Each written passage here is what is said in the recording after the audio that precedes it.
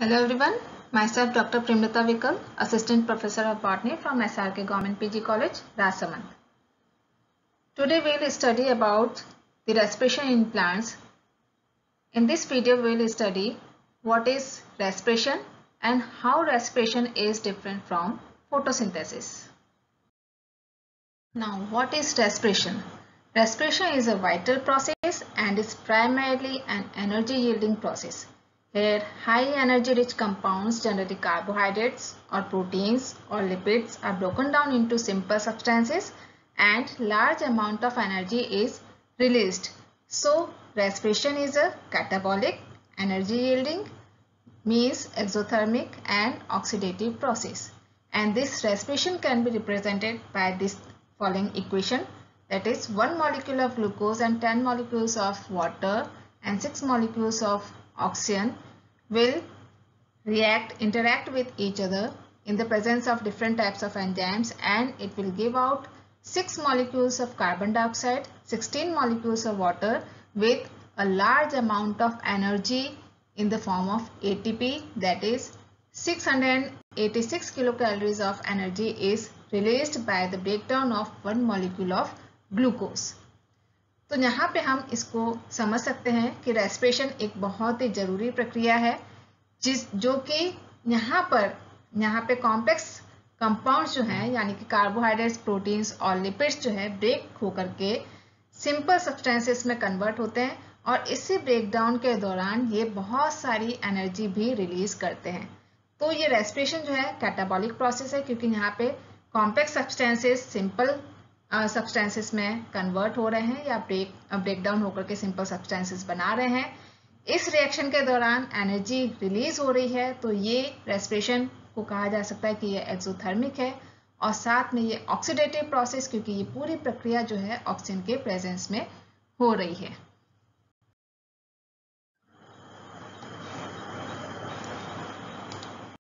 Now the difference between photosynthesis and respiration. प्रकाश संश्लेषण और श्वसन में अंतर। फोटोसिंथेसिस ये सभी ग्रीन प्लांट्स में जिनमें क्लोरोफिल पिगमेंट्स पाया जाता है उनमें ये प्रक्रिया पाई जाती है, जबकि रेस्पिरेशन जो है वो सभी लिविंग ऑर्गेनिजम्स में, चाहे वो प्लांट्स हो या एनिमल्स हो या बर्ड्स हो या और भी कोई लिविंग ऑर्गेनिज्म हो, तो उन सब में रेस्पिरेशन की प्रक्रिया होती है क्योंकि लाइफ की जो एक्टिविटीज हैं उनको कैरी आउट करने के लिए एनर्जी की जरूरत पड़ती है और उस एनर्जी के लिए रेस्पिरेशन की प्रक्रिया का होना भी बहुत जरूरी है। फोटोसिंथेसिस के दौरान फूड का सिंथेसिस होता है, जबकि रेस्पिरेशन के दौरान जो फूड है उसका ऑक्सीडेशन होता है। फोटोसिंथेसिस में एनर्जी स्टोर होती है in the form of food, जबकि रेस्पिरेशन में जो स्टोर्ड एनर्जी है फूड के फॉर्म में वो ब्रेक डाउन होकर के एनर्जी रिलीज करती है। Photosynthesis is an anabolic process क्योंकि यहाँ पे सिंपल सब्सटेंसेस से कॉम्प्लेक्स कंपाउंड्स बन रहे हैं, जैसे कि कार्बन डाइऑक्साइड और वाटर से कार्बोहाइड्रेट्स का फॉर्मेशन हो रहा है, जबकि respiration is a catabolic process क्योंकि यहाँ पे कॉम्प्लेक्स सब्सटेंसेस ब्रेक डाउन होकर के सिंपल सब्सटेंसेस में कन्वर्ट हो रहे हैं। फोटोसिंथेसिस में साइटोक्रोम की आवश्यकता होती है, इसी प्रकार से रेस्पिरेशन में भी साइटोक्रोम की रिक्वायरमेंट होती है। Photosynthesis is an endothermal process while respiration is an exothermal process। क्योंकि इस फोटोसिंथेसिस में एनर्जी लग रही है, एटीपी के फॉर्म में यूटिलाइज हो रही है, जबकि रेस्पिरेशन में एनर्जी एटीपी के फॉर्म में बाहर रिलीज हो रही है। फोटोसिंथेसिस में यहाँ पे जो एंड प्रोडक्ट्स बनते हैं वो वाटर, ऑक्सीजन और शुगर बनता है, जबकि रेस्पिरेशन में जो एंड प्रोडक्ट होता है वो कार्बन डाइऑक्साइड और वाटर होता है। फोटोसिंथेसिस में लाइट एनर्जी या रेडिएंट एनर्जी कन्वर्ट होती है पोटेंशियल एनर्जी में, रेस्पिरेशन में यही पोटेंशियल एनर्जी कन्वर्ट होती है काइनेटिक एनर्जी में। फोटोसिंथेसिस जनरली डे टाइम में होता है यानी कि लाइट के प्रेजेंस में ही होता है, जबकि रेस्पिरेशन एक कंटिन्यूस प्रोसेस है, एक सतत प्रक्रिया है और ये पूरी लाइफ टाइम सभी लिविंग ऑर्गेनिजम्स में होती रहती है। Now types of respiration. Respiration दो प्रकार का हो सकता है, एरोबिक रेस्पिरेशन या anaerobic respiration. Aerobic respiration oxygen के प्रेजेंस में जो रेस्पिरेशन की प्रक्रिया हो रही है उसे एरोबिक रेस्पिरेशन कहा जाएगा। ये जनरली यूकैरियोट्स में होता है और यूकैरियोट्स की जो कोशिकाएं हैं, कोशिकाएं के अंदर जो ऑर्गेनेली है माइटोकॉन्ड्रिया, उसके अंदर ये रेस्पिरेशन की प्रक्रिया कैरी आउट होती है। यहाँ पे फूड मॉलिक्यूल्स कंप्लीटली ऑक्सीडाइज होकर के कार्बन डाइऑक्साइड और वाटर में कन्वर्ट हो जाते हैं और साथ में एनर्जी भी रिलीज करते हैं। जबकि एनारोबिक रेस्पिरेशन ये प्रक्रिया ऑक्सीजन के एब्सेंस में हो रही है और ये जनरली प्रोकैरियोट्स में कॉमन है, यानी कि यीस्ट और बैक्टीरिया में एनारोबिक रेस्पिरेशन पाया जाता है। और ये वहाँ क्योंकि प्रोकैरियोट्स में ऑर्गेनेल्स जो हैं यानी कि माइटोकॉन्ड्रिया जो हैं वो एब्सेंट है, इसीलिए ये जो यहाँ पे जो रेस्पिरेशन हो रहा है वो साइटोप्लाज्म के अंदर होता है। इसके अलावा दो टर्म्स और हैं रेस्पिरेशन के रेफरेंस में, protoplasmic respiration and floating respiration. Protoplasmic respiration Blackman ने ये टर्म दी थी, उस रेस्पिरेशन के लिए ये टर्म दी थी जहाँ पे पत्तियों में रिजर्व फूड मेटेरियल की कमी होती है। तो वहाँ पे मीन्स स्टार्व्ड लीव्स, जो लीव्स में फूड की कमी होती है, तो वहाँ पे जो रेस्पिरेशन के दौरान वो कार्बोहाइड्रेट के बजाय प्रोटीन्स को as a respiratory substrate use करके एनर्जी रिलीज करते हैं। तो यहाँ पे इस चीज के लिए जहाँ पे जिस रेस्पिरेशन में प्रोटीन्स रेस्पिरेटरी सब्सट्रेट की तरह एक्ट कर रहा है, तो उस रेस्पिरेशन को ब्लैकमैन ने कहा है प्रोटोप्लाज्मिक रेस्पिरेशन।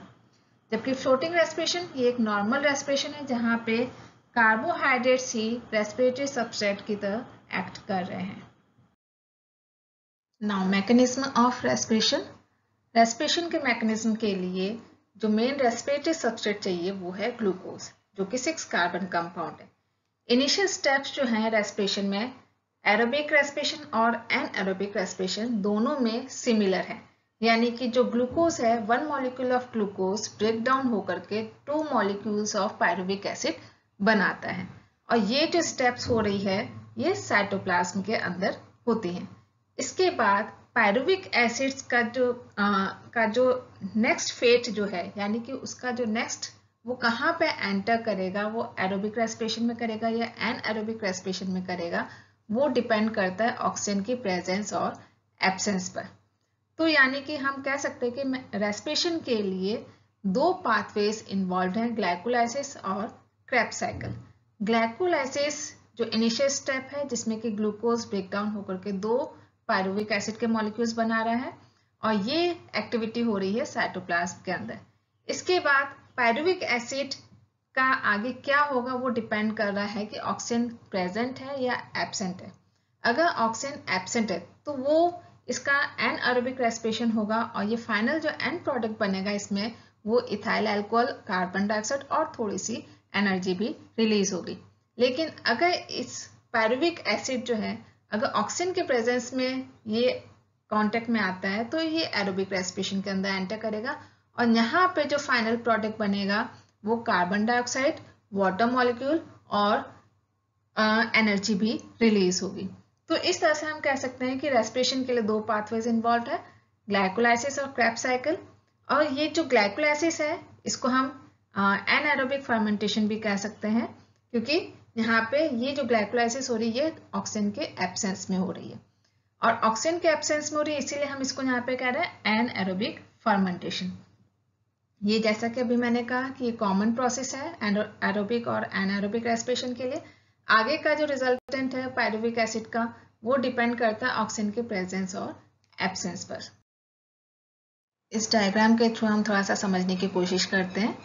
यहाँ पे जो ग्लाइकोलाइसिस हो रहा है वो साइटोप्लाज्म के अंदर हो रहा है, साइटोसोल यानी कि साइटोप्लाज्म के अंदर हो रहा है। एक ग्लूकोज का मॉलिक्यूल कन्वर्ट हो रहा है, टूट करके मीन्स ब्रेक डाउन होकर के पायरुविक एसिड में कन्वर्ट हो रहा है। और इसी प्रोसेस के दौरान, इस ग्लाइकोलाइसिस प्रोसेस के दौरान कुछ एटीपीज भी बन रही है। ये जो एटीपी बन रही है इसको कहा जाएगा सबस्ट्रेट लेवल फॉस्फोराइलेशन। ये इसके अलावा यहाँ पे NADH2 भी बन रहा है। ये पायरुविक एसिड फिर कन्वर्ट होगा एसिटाइल कोएंजाइम में, और एसिटाइल कोएंजाइम में फिर एंटर करेगा माइटोकॉन्ड्रिया के अंदर, और माइटोकॉन्ड्रिया के अंदर फिर ये क्रेब्स साइकिल में एंटर करके यहाँ पे फिर से कुछ अमाउंट ऑफ एनर्जी रिलीज होगी in the form of ATP, जिसे हम सबस्ट्रेट लेवल फॉस्फोराइलेशन कहेंगे, और कुछ अमाउंट ऑफ एनर्जी रिलीज हो रही है NADH2 और FADH2 के फॉर्म में, जो कि ऑक्सीडेटिव फॉस्फोराइलेशन के थ्रू ये फिर ATPs जनरेट करेंगे। तो यहाँ पे हम देख रहे हैं कि ग्लाइकोलाइसिस साइटोप्लाज्म में हो रहा है और माइटोकॉन्ड्रिया के अंदर क्रेब्स साइकिल कैरी ऑन हो रही है, और ETS जो है इलेक्ट्रॉन ट्रांसपोर्ट चेन, जिसके अंदर ये NADH2 और FADH2 जो है उसका ऑक्सीडेटिव फॉस्फोराइलेशन होकर के ATPs बन रहे हैं। Now glycolysis. ग्लाइकोलाइसिस को EMP पाथवे भी कहा जाता है, यानी कि एम्बेडेन मेयरहोफ पार्नास, जिन्होंने इस ग्लाइकोलाइसिस की रिएक्शंस को डिस्कवर किया। यहाँ पे जो भी रिएक्शंस है, ये सारी की सारी रिएक्शंस रिवर्सिबल हैं।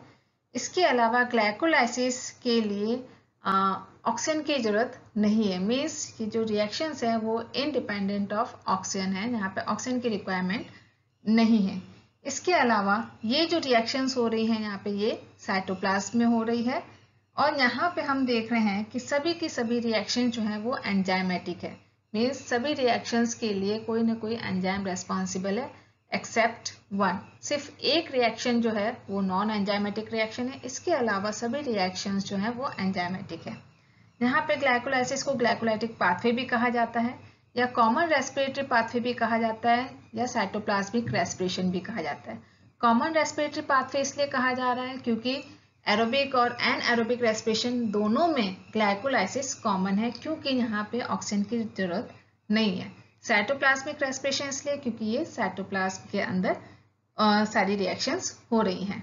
तो यहाँ पे अगर हम इन रिएक्शंस को स्टडी करें तो ग्लूकोज, कोई भी जो रेस्पिरेटरी सबस्ट्रेट है, वो चाहे वो अगर वो स्टार्च है या कार्बोहाइड्रेट है, तो वो सबसे पहले ग्लूकोज में कन्वर्ट होगा, यानी कि 6 कार्बन कंपाउंड हेक्सो शुगर में कन्वर्ट होगा। ये ग्लूकोज जो है फिर इसके बाद कन्वर्ट होगा ग्लूकोज 1 फॉस्फेट में।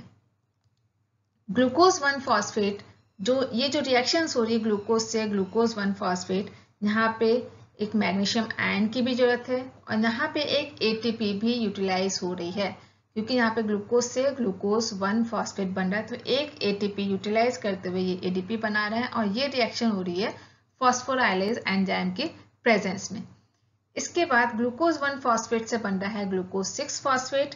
यहाँ पे सिर्फ फॉस्फेट की जो पोजीशन है वो चेंज हो रही है, फर्स्ट कार्बन से 6 कार्बन पे आ रही है, तो यहाँ पे जो रिएक्शन को जो एंजाइम कैरी आउट कर रहा है वो है फॉस्फोग्लूकोम्यूटेज। तो यहाँ पे ग्लूकोज 1 फॉस्फेट से ग्लूकोज 6 फॉस्फेट बना। तो ग्लूकोज से ग्लूकोज 6 फॉस्फेट जो बना है, ये जो स्टेप है ये कहलाएगा फॉस्फोराइलेशन। फिर इसके आगे की रिएक्शन ग्लूकोज 6 फॉस्फेट से बनेगा फ्रक्टोज 6 फॉस्फेट। ये रिएक्शन के लिए जो एंजाइम रेस्पॉन्सिबल है वो है फॉस्फोहेक्सो आइसोमेरेज रिएक्शन, क्योंकि दोनों 6 कार्बन कंपाउंड ही है, बस थोड़े से पोजीशंस में चेंज होकर के ये ग्लूकोज से फ्रक्टोज में कन्वर्ट हो रहा है, यानी कि ग्लूकोज 6 फॉस्फेट से फ्रक्टोज 6 फॉस्फेट। ये स्टेप कहलाएगी आइसोमराइजेशन। अब क्योंकि यहाँ पे सबसे पहली स्टेप ये है, तो इसलिए हम, क्योंकि आगे भी ये स्टेप्स आएंगे, इसलिए हम यहाँ पे नंबर दे रहे हैं फॉस्फोराइलेशन 1 एंड आइसोमराइजेशन 1। इसके बाद फ्रक्टोज 6 फॉस्फेट से फिर बनेगा फ्रक्टोज 1,6 डाइफॉस्फेट। यहाँ पे फिर से एक ATP और यूटिलाइज हो रही है, क्योंकि यहाँ पे अब कितने फॉस्फेट ग्रुप आ गए, 2 आ गए, एक फर्स्ट कार्बन पे और एक 6 कार्बन पे। तो यहाँ पे फ्रक्टोज 6 फॉस्फेट से हो गया है फ्रक्टोज 1,6 डाइफॉस्फेट। और ये जो रिएक्शन के लिए जो एंजाइम कैरी आउट कर रहा है या जो कैटेलाइज कर रहा है जो एंजाइम, वो है फॉस्फोफ्रक्टोकाइनेज। इसके साथ साथ यहाँ पे एक मैग्नीशियम आयन और वाटर मॉलिक्यूल की भी जरूरत है इस रिएक्शन को कैटेलाइज करने के लिए। फ्रक्टोज 1,6 डाइफॉस्फेट फिर एल्डोलेज के प्रेजेंस में कन्वर्ट होगा ग्लाइसरॉल्डिहाइड 3 फॉस्फेट। ये जो रिएक्शन है ये हम कहेंगे एल्डोल क्लीवेज। अच्छा, इससे पहले हमने कहा ये जो फिर से फॉस्फोराइलेशन हो रहा है, क्योंकि यहाँ पे ATP यूटिलाइज हो रहा है, तो यहाँ पे फॉस्फोराइलेशन 2 सेकेंड स्टेप भी आ गई, मीन्स सेकेंड फॉस्फोराइलेशन हो रहा है।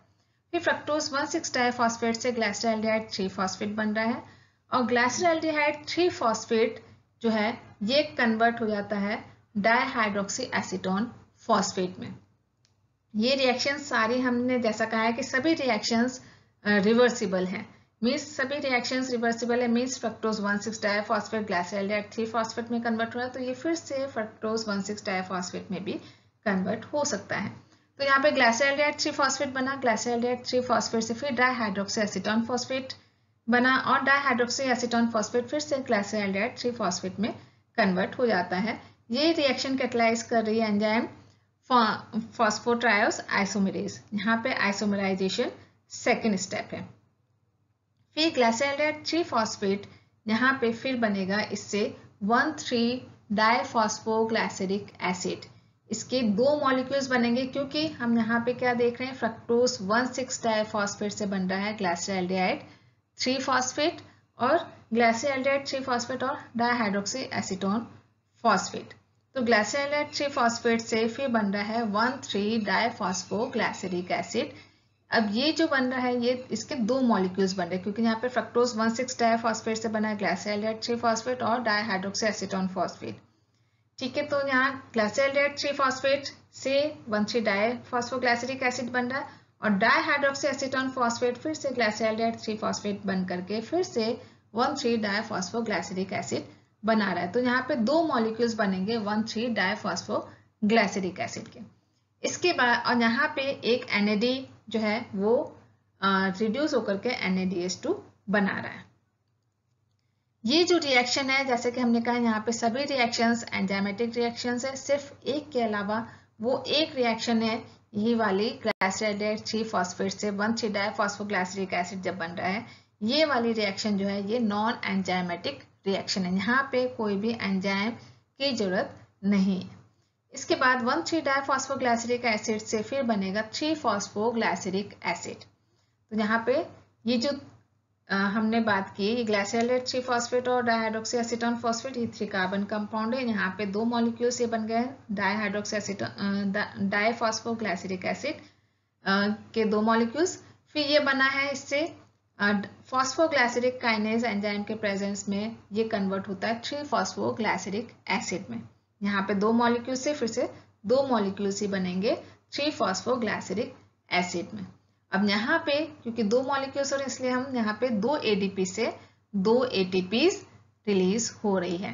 तो यहाँ पे हम कह रहे हैं 2 ATP मॉलिक्यूल्स रिलीज हो रहे हैं क्योंकि यहाँ पे दो फॉस्फेट ग्रुप थे और यहाँ पे एक फॉस्फेट ग्रुप कम हो गया, एक फॉस्फेट ग्रुप रिलीज हो गया है, वो ADP के साथ कंबाइन होकर के ATP बना रहा है। 3-फॉस्फोग्लाइसरिक एसिड से फिर उसके बाद बनेगा 2-फॉस्फोग्लाइसरिक एसिड। यहाँ पे फॉस्फोग्लाइसरोम्यूटेज एंजाइम इस रिएक्शन को कैटलाइज कर रहा है। इसके बाद फिर है 2-फॉस्फोग्लाइसरिक एसिड से इनोलेज एंजाइम के प्रेजेंस में वाटर का मॉलिक्यूल भी रिलीज हो रहा है और बन रहा है 2-फॉस्फोइनोल पायरुविक एसिड। और फिर 2-फॉस्फोइनोल पायरुविक एसिड फिर पायरुविक काइनेज एंजाइम के प्रेजेंस में कन्वर्ट हो जाता है पायरुविक एसिड। तो इस तरह से यहाँ पे हम देख रहे हैं ग्लूकोज के एक मॉलिक्यूल से जो कि 6 कार्बन कंपाउंड है उससे दो मॉलिक्यूल्स पायरुविक एसिड के बन रहे हैं जो कि 3 कार्बन कंपाउंड है। ये यहाँ पे जहाँ हम ये रिएक्शन देख रहे हैं, यहाँ फ्रक्टोज 1,6-डाइफॉस्फेट तक यहाँ पे 6 कार्बन कंपाउंड ही था। इसके बाद ये 3 कार्बन कंपाउंड में ब्रेकअप हो गया ग्लाइसोल्डेट 3-फॉस्फेट और डाइहाइड्रोक्सी एसीटोन फॉस्फेट में। फिर इसके बाद से क्योंकि अब ये दोनों डाइहाइड्रोक्सी एसीटोन फॉस्फेट भी फिर से आइसोमराइज होकर के ग्लाइसोल्डेट 3-फॉस्फेट ही बना लेता है और इस तरह से ये रिएक्शन कैरी होकर के लास्ट में जो मॉलिक्यूल्स बनेंगे पायरुविक एसिड के वो 2 मॉलिक्यूल्स बनेंगे। तो यहाँ पे हम स्टेप देख रहे हैं कि फॉस्फोराइलेशन की एक स्टेप यहाँ पे हुई है और फॉस्फोराइलेशन की सेकेंड स्टेप यहाँ पे हुई। तो यहाँ पे 2 जगह पे ATPs के यूटिलाइजेशन हुए, मीन्स 2 ATPs यूटिलाइज हुए हैं। इसके अलावा हम देख रहे हैं यहाँ पे 1,3-डाइफॉस्फोग्लाइसरिक एसिड से जब 3-फॉस्फोग्लाइसरिक एसिड बन रहा है तब यहाँ पे 2 ATPs फिर से जनरेट हो रहे हैं। तो यहाँ पे 2 ATPs पहले यूटिलाइज हो चुके हैं, यहाँ पे 2 ATPs फिर से जनरेट हो रहे हैं। तो ये स्टेप कहलाएगी ATP जनरेशन। फिर आइसोमराइजेशन रिएक्शन फिर से हमने देखा 3 आइसोमराइजेशन रिएक्शन है। फर्स्ट यहाँ पे ग्लूकोज 6-फॉस्फेट से फ्रक्टोज 6-फॉस्फेट, सेकेंड है ग्लाइसोल्डेट 3-फॉस्फेट और डाइहाइड्रोक्सी एसीटोन फॉस्फेट की, थर्ड है यहाँ पे 3-फॉस्फोग्लाइसरिक एसिड से जब 2-फॉस्फोग्लाइसरिक एसिड बन रही। तो यहाँ पे 3 आइसोमराइजेशन रिएक्शंस हो रही हैं और एक डिहाइड्रेशन मीन जहाँ पे वाटर का मॉलिक्यूल रिलीज हो रहा है। इसके बाद हम देख रहे हैं कि ATP का जनरेशन फिर से हो रहा है जब 2-फॉस्फोइनोल पायरुविक एसिड से पायरुविक एसिड के 2 मॉलिक्यूल्स बन रहे हैं। तो यहाँ पे फिर से 2 ATPs जनरेट हो रहे हैं। तो इस पूरी प्रोसेस में अगर हम देखें कि यहाँ पे नेट गेन ATP का कितना हुआ है, तो यहाँ पे हम देखें कि सर यहाँ तक की जो स्टेप है ग्लूकोज से 1,6 डाइफॉस्फेट बनने तक, फ्रक्टोज 1,6 डाइफॉस्फेट बनने तक यहाँ पे 2 ATPs यूटिलाइज हुए हैं, जबकि यहाँ पे फिर उसके बाद 4 ATPs का जनरेशन हुआ है, मीन्स 4 ATPs बने हैं। 2 यहाँ पे जब 1,3 डाइफॉस्फोग्लाइसिडिक एसिड से 3-फॉस्फोग्लाइसिडिक एसिड पे में कन्वर्ट हो रहा है, और 2 यहाँ पर जब 2-फॉस्फोइनोल पायरुविक एसिड से पायरुविक एसिड बन रहा है। तो यहाँ पे हम कहेंगे कि जो नेट कैन है ATP का वो है 2 मॉलिक्यूल्स ऑफ ATP। तो जो शुद्ध प्राप्ति है ATPs की वो है 2 ATP। लेकिन यहाँ पे एक जगह पे हमने देखा है कि NAD जो है NADH2 में कन्वर्ट हो रहा है, तो ये NADH2 फिर ETS में एंटर करके ये एक NADH2 से बनते हैं 3 ATPs के मॉलिक्यूल। अगर जब वो ETS यानी कि इलेक्ट्रॉन ट्रांसपोर्ट चेन में एंटर करके ऑक्सीडेटिव फॉस्फोराइलेशन होता है, जहाँ पे एक NADH2 से 3 ATP के मॉलिक्यूल्स जनरेट होंगे। तो यहाँ पे 2 NADH2 जब बनेंगे तो उससे होंगे 6 ATP के मॉलिक्यूल्स जनरेट होंगे।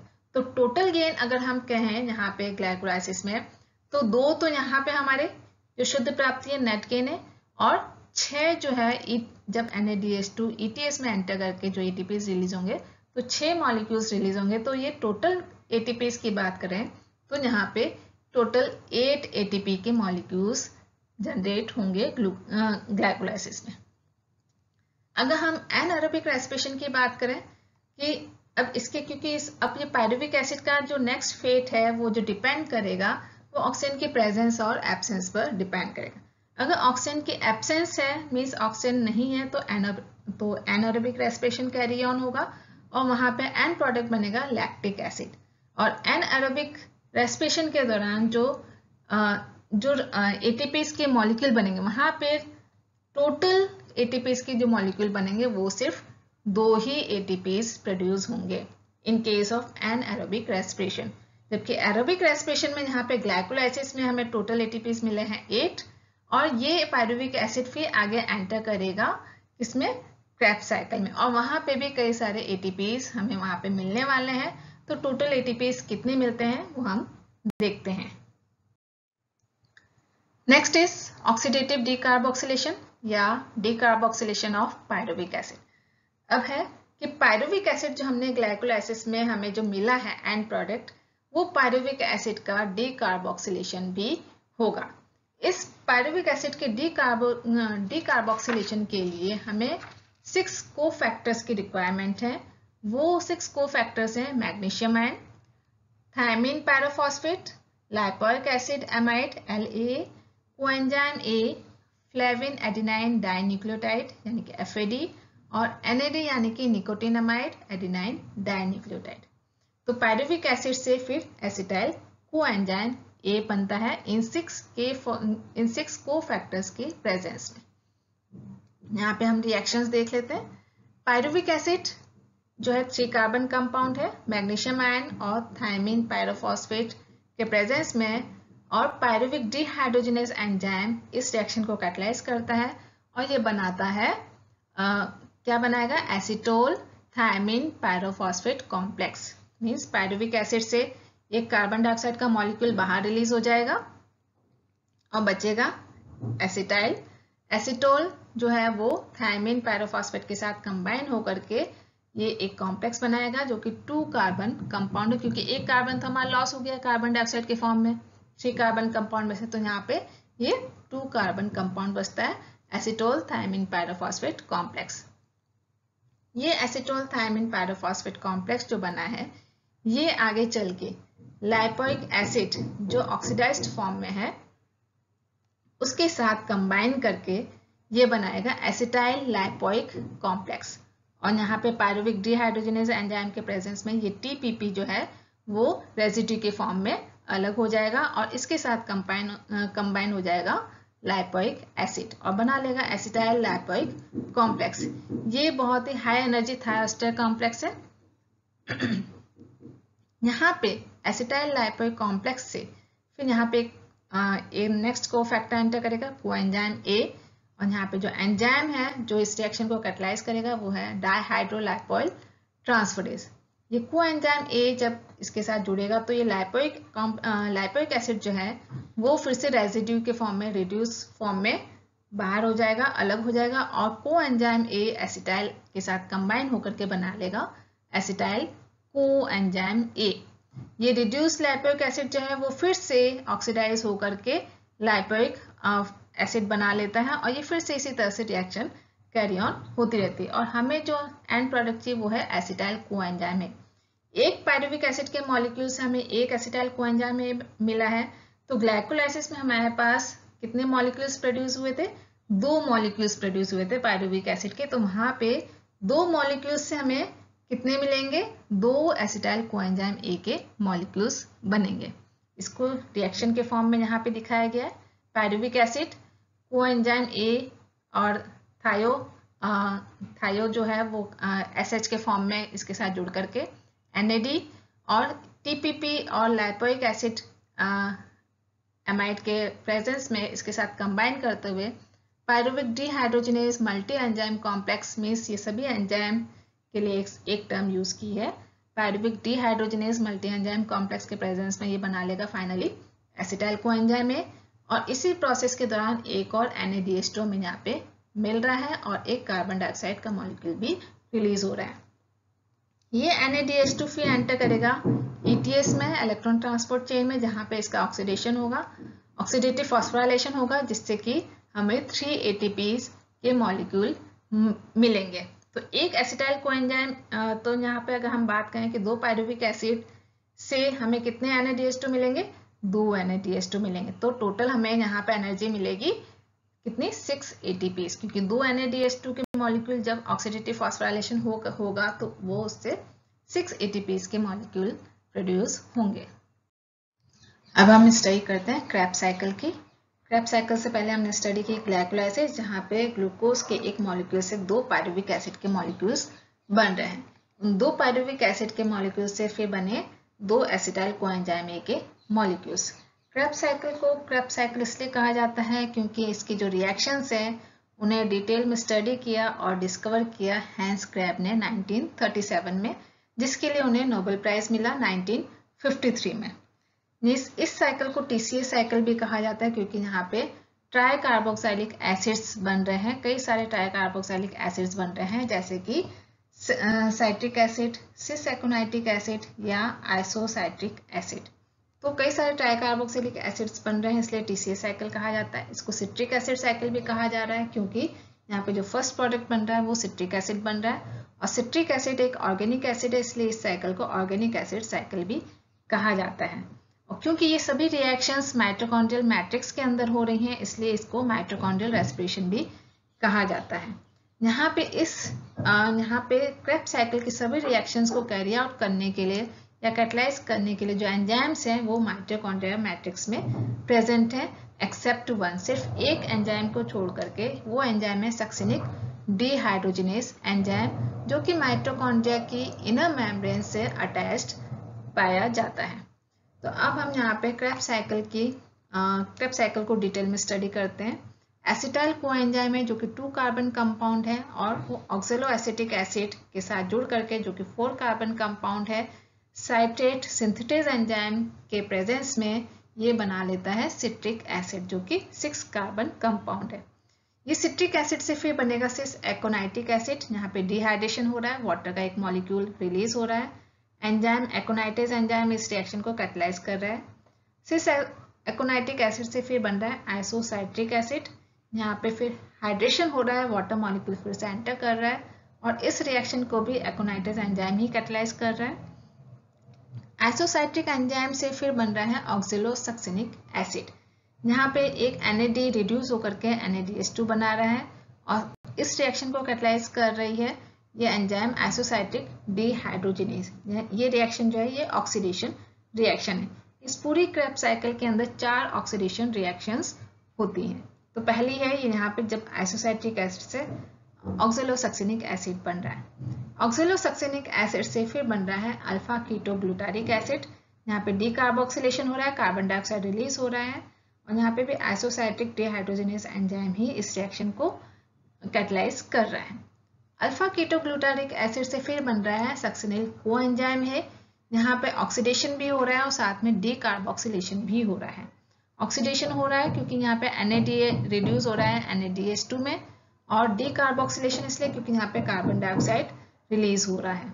और को एंजाइम ए यहाँ पे ऐड हो करके यहाँ पे बना रहा है सक्सिनिल को एंजाइम ए। ये यहाँ पे 4 कार्बन कंपाउंड ही बन रहा है क्योंकि एक कार्बन हमारा यहाँ पे रिलीज हो गया ऑक्सिलोसक्सिनिक एसिड से जब अल्फा कीटोग्लूटारिक एसिड बना, जो कि 5 कार्बन कंपाउंड है। ऑक्सिलोसक्सिनिक एसिड 6 कार्बन कंपाउंड है। डिकार्बोक्सिलेशन होने से एक कार्बन डाइऑक्साइड यहाँ रिलीज हो गया, तो ये 5 कार्बन कंपाउंड है।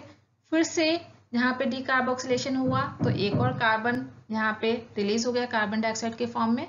तो सक्सिनिल कोएंजाइम ए जो बना है वो है हमारा 4 carbon compound. Succinyl coenzyme A से फिर बनता है succinic acid. Succinic thiokinase enzyme इस रिएक्शन को कैटलाइज कर रहा है और यहाँ पे एक GTP का मॉलिक्यूल प्रोड्यूस हो रहा है जो कि एक ATP के बराबर है।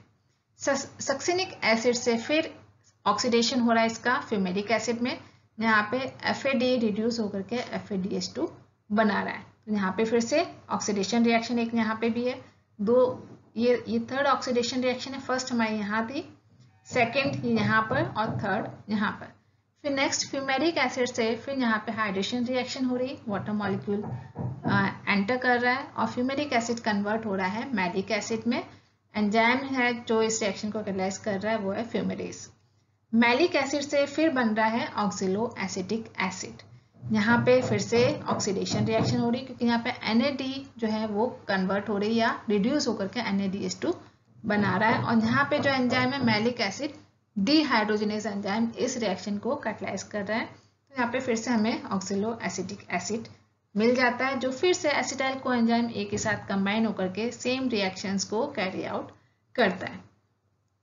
अब यहाँ पे हम एनर्जी जनरेशन की बात करें तो यहाँ पे एक एसिटाइल कोएंजाइम ए के मॉलिक्यूल को हम लेकर के बात करते हैं तो हमें यहाँ पे कितने मॉलिक्यूल्स हमें मिले हैं, NADH2 के, FADH2 के और ATP।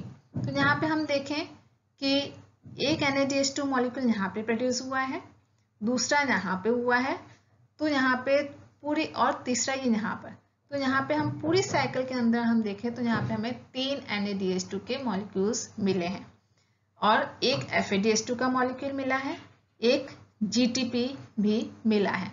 तो हम यहाँ पे पूरी बात करें तो 2 एसिटाइल कोएंजाइम ए अगर होंगे तो कितने मॉलिक्यूल्स हमें इनके मिलेंगे। तो यहाँ पे 6 कार्बन डाइऑक्साइड के मॉलिक्यूल्स रिलीज होंगे 2 टर्न्स में और 6 NADH2 के मॉलिक्यूल्स मिलेंगे। मीन्स पहले ये एक साइकिल में 3 है तो 2 साइकिल में 6, एक साइकिल में एक ही FADH2 तो 2 साइकिल में 2 FADH2 और एक साइकिल में 1 GTP तो 2 साइकिल में 2 GTP। जब ये NADH2 और FADH2 ETS में एंटर करेंगे या जब इनका ऑक्सीडेटिव फॉस्फोराइलेशन होगा तो 6 मॉलिक्यूल्स NADH2 से हमें मिलेंगे 18 ATPs क्योंकि एक NADH2 से मिलते हैं 3 ATP, तो 6 से हमें मिलेंगे 18 ATP। इसी तरह से FADH2 जब ETS में एंटर करेगा तो यहाँ पे हमें मिलेंगे 2 FADH2 से मिलेंगे 4 ATPs क्योंकि एक FADH2 से मिलते हैं 2 ATP और 2 GTP 2 ATP के बराबर ही है। तो टोटल हम ATPs की बात करें तो यहाँ पे 18 + 4 + 2 टोटल होते हैं 24 ATPs। तो एक ग्लूकोज के मॉलिक्यूल से जब एक ग्लूकोज के मॉलिक्यूल से 2 पायरुविक एसिड के मॉलिक्यूल बने, उन 2 पायरुविक एसिड से 2 एसिटाइल कोएंजाइम ए बने, वो 2 एसिटाइल कोएंजाइम से टोटल ATPs जो क्रेब्स साइकिल के अंदर बने हैं वो है 24 ATPs। अब हम टोटल ATPs की बात कर लेते हैं ग्लूकोज पूरी रेस्पिरेशन प्रोसेस के दौरान, जिसमें हम ग्लाइकोलाइसिस भी कंबाइन कर रहे हैं, साथ में जो इंटरमीडिएट स्टेप है जहाँ पे पायरुविक एसिड से एसिटाइल कोएंजाइम ए बना है उसको भी इंक्लूड कर रहे हैं और क्रेब्स साइकिल को भी। तो जब ग्लूकोज से पायरुविक एसिड बना तब हमने देखा 2 तो शुद्ध ATP बने थे और 6 ATP जो हमें मिले 2 NADH2 मॉलिक्यूल से मिले। तो यहाँ पे टोटल ATPs बने हैं 8। पायरुविक एसिड से जब एसिटाइल कोएंजाइम ए में कन्वर्ट हुआ तो 2 पायरुविक एसिड मॉलिक्यूल जब 2 एसिटाइल कोएंजाइम ए में कन्वर्ट हो रहा है तब हमें मिल रहे हैं 6 ATPs और एसिटाइल कोएंजाइम ए से हमें मिल रहे हैं कितने, 2 टर्न्स हो रही हैं तो एक टर्न में हमें मिल रहे हैं 12 ATP, तो 2 टर्न में हमें मिल रहे हैं 24 ATP। तो टोटल ATPs हम बात करें कि एक ग्लूकोज मॉलिक्यूल के रेस्पिरेशन से जो टोटल एनर्जी मिल रही है वो मिल रही है 38 ATPs। तो complete oxidation of one molecule of glucose will give rise to 38 ATP molecules। तो यहाँ पे 38 ATPs प्रोड्यूस हो रहे हैं फाइनली एक ग्लूकोज के मॉलिक्यूल के ऑक्सीडेशन से। तो यहाँ पर हमारा रेस्पिरेशन कंप्लीट होता है, जहाँ पे हमने स्टडी किया है कि रेस्पिरेशन क्या है, रेस्पिरेशन की पूरी प्रोसेस कैसे हो रही है, कहाँ पर हो रही है, ग्लाइकोलाइसिस पाथवे क्या है, क्रेब्स साइकिल क्या है, और ग्लूकोज के एक मॉलिक्यूल के ऑक्सीडेशन से कितनी एनर्जी रिलीज हो रही है। तो आई होप कि आपको ये अच्छे से समझ में आ गया होगा। Thank you.